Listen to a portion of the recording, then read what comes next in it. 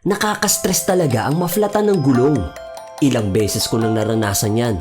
At syempre, hindi mo mapapansin kung kailan ulit mangyayari to sa'yo. So keeping a healthy tire in your car is one of the best practices na maaari mong gawin sa kotse mo. I'm Bob, ang iyong resident blader na naflatan na naman ang kotse. Whew! Ikaw pinag-aalala mo ko. Relax ka lang. Nandito ka pala. Salamat at dumating ka. Gusto mo water? Oo nga eh. Okay, basic muna tayo. Una nating isipin ang air pressure na pumapasok sa gulong.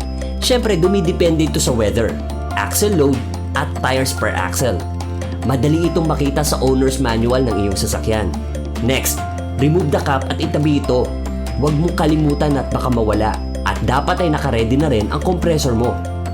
Karamihan sa mga air compressors ay electric. Isaksok mo ito sa outlet upang makagenerate ng sapat na hangin.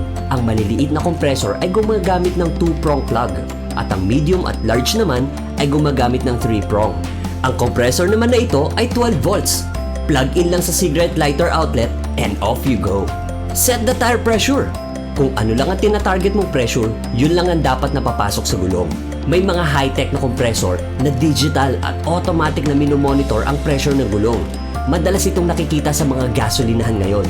Kapag nakuha mo na ang tamang amount ng hangin, agad na ibalik ang cap sa valve. Agree ba kayo sa mga tips and advice sa video na ito? Kung may gusto pa kayong i-add, jump into the comment section. Huwag na rin kalimutan mag-subscribe and hit the notification bell para updated kayo sa mga new releases. Lagi mong tandaan, normal lang na lumalambot ang gulong dala ng madalas na pagbiyahe. At sa tamang pag-iingat, mapapanatili at mapapatagal mo ang iyong mga gulong. At sa mga simpleng tips na ito, you can make sure that you will have the best driving experience. At para sa iba pang Bla-de-Boom na tips and maintenance needs, visit Blade.ph. Blade Auto Center. It's Blade, it's better.